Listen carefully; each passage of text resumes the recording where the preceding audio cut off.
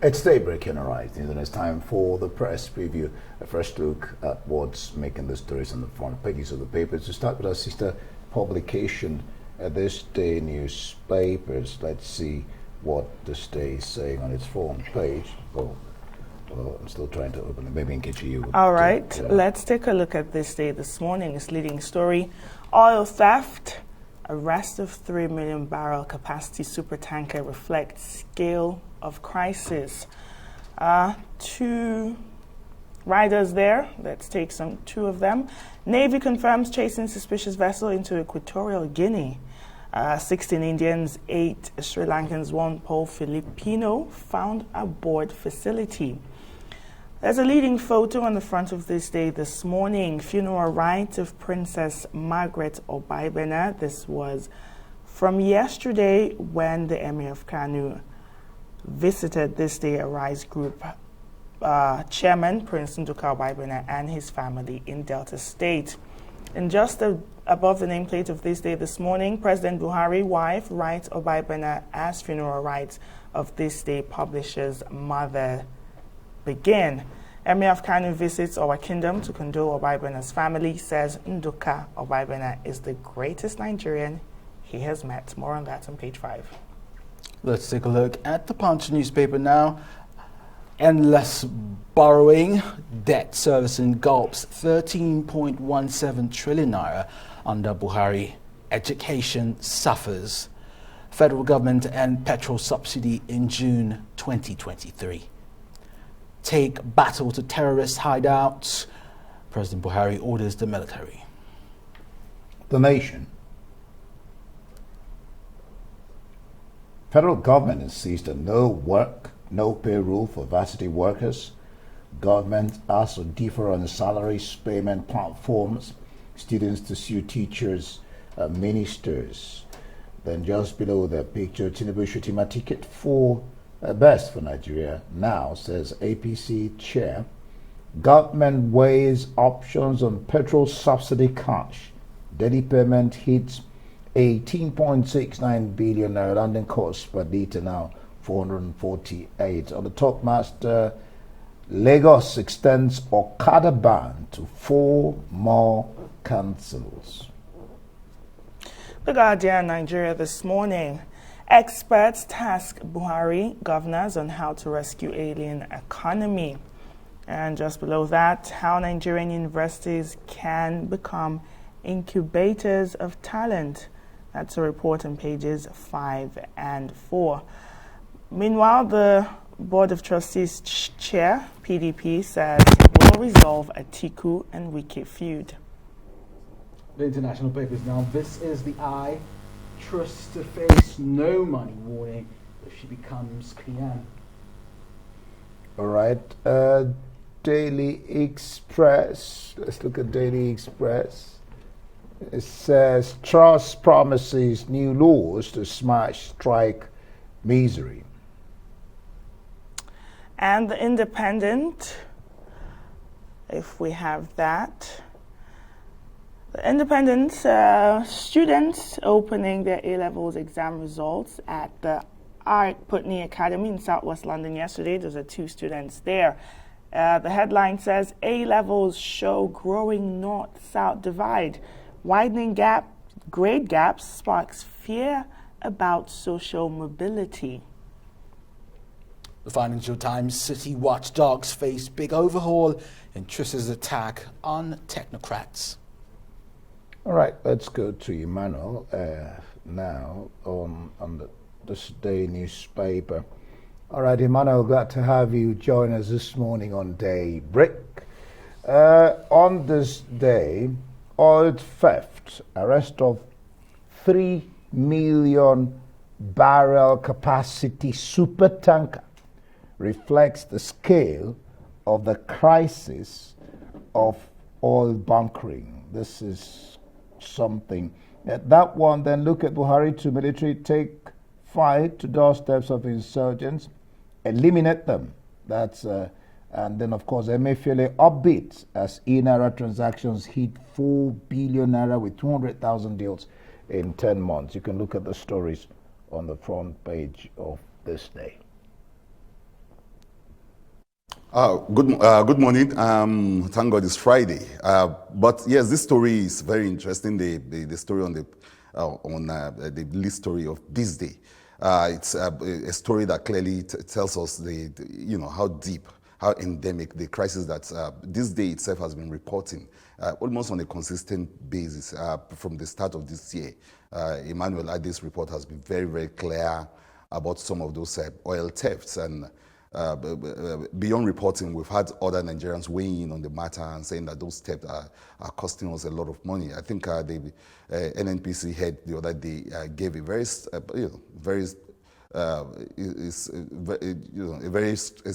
frightening amount of money that we're losing to theft. And it's not just the issue of this theft; it's what it's been doing to the economy. And there's no end in sight, it appears. But then this kind of story reassures us that, look, someone is doing something. We were a bit critical the other day to say that, look, nothing seems to be stopping the theft. We're doing more talk about those theft, those bunkering, but no naming and shaming, no serious arrest and everything. But government keeps saying that, look, we're doing something. I think there's an operation called Dakata Barau. In Hausa, it means stop the thief. It's doing a lot there. And this piece of news or this story clearly it shows not only how deep that problem is, but also the efforts being made by government to stop it, because it's at the very heart of the economy itself, the oil economy, that every other thing, our lives revolve around that, our economy life. So we must take serious interest. I think the next step to go now is to see how we can get the big names involved. Bunkering is not it's not for the small bad guys. It's huge. Who are the people involved? How do we tax community?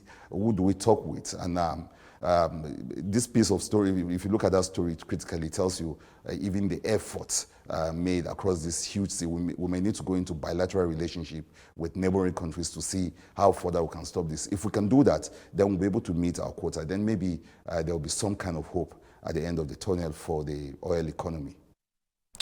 Emmanuel, a story on the front page of this day that we cannot miss. Editor-in-Chief and Chairman this day, Arise Global Media, Nduka Obaibena, lost his mother, Princess Margaret, back in June. A tribute have been pouring in from Mr. President, his wife as well. And ahead of the funeral this weekend, yesterday, the Emir of Kano and other royalties paid a condolence visit to the Obaibena family in our kingdom at Delta State. I just wanted you to comment on that. Yeah, well, it's very, very interesting, especially the meeting of those two monarchs and what they have to say. So this is not just a funeral again. You are seeing how it has lifted it from, a celebration of life to also a celebration of cultures across these two divides. The Owa monarch talking about, the relationship that has existed between himself and the Ariwa, the Hausa kingdom, for over 200 years, and that many Hausa people living there. It gives us an insight into how relationships are deepening over the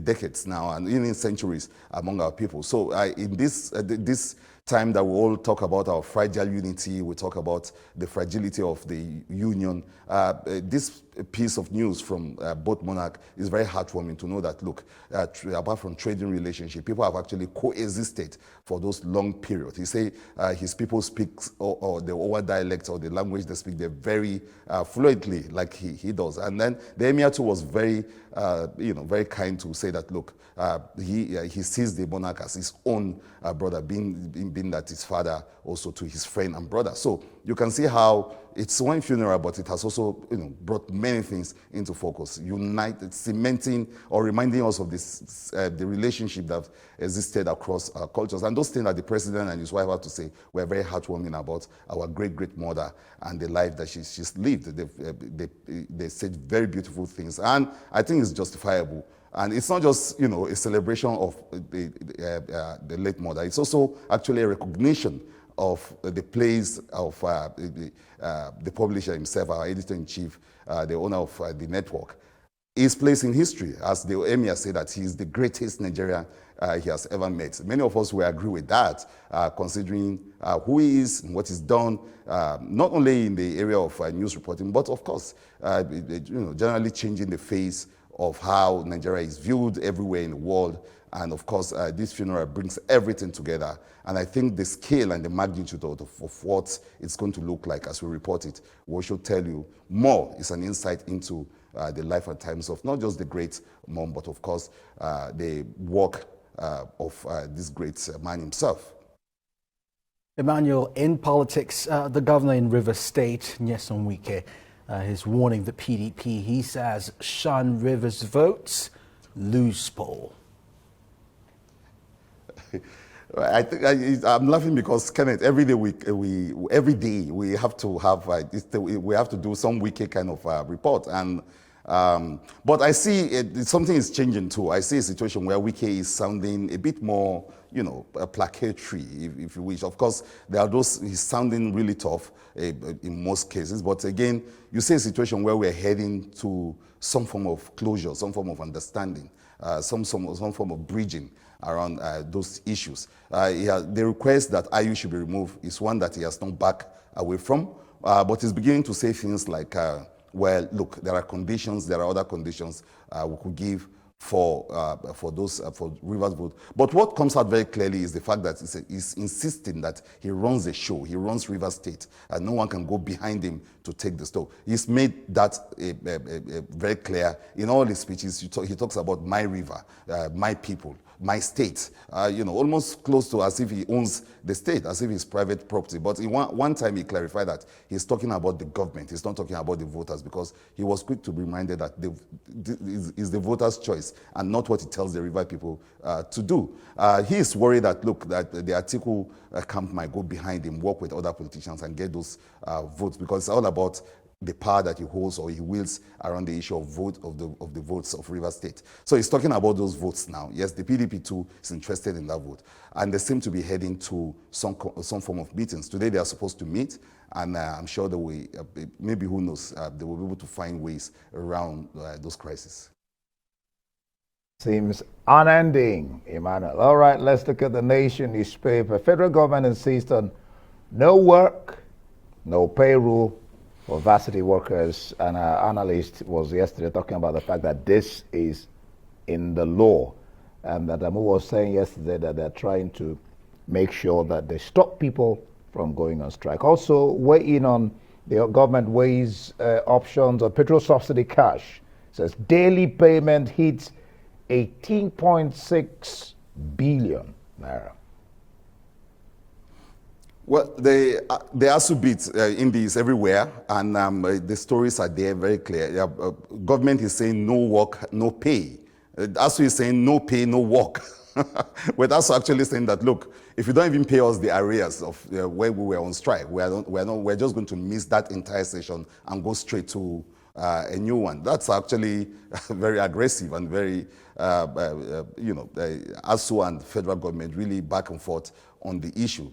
Seem to be intractable, and I think the federal government is in a way trying to pit ASU against the students and say, look, it's think about the students, think about their classes, and think about their future. But ASU saying that, look, if you don't pay us, even the time we spend on the strike, we're not just going to teach anything, we're just going to move. With the ASU president saying that, look, lecturing is not the same as medicine. If you lose a patient in medicine, if a doctor loses a patient, that's gone. The person is dead. But it's not the same with academics, that they can just continue from where they stop, and that they can... Is it right to talk that way? Really?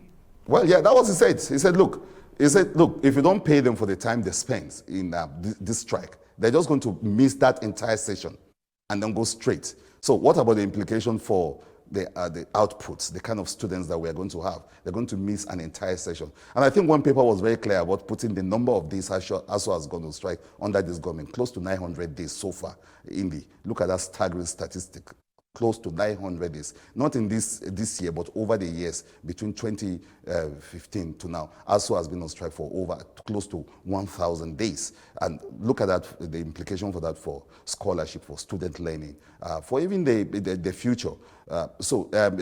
Education and students have not fared well in this administration. Another paper is reporting the huge amount spent in this number of years, these 7 years. I think it's The Guardian reporting on the amount of money, trillions of naira spent, but not much of that went into the education sector. That's troubling because a country can be higher, bigger than what it's doing for education. Well, thank you so much, Emmanuel, for your time.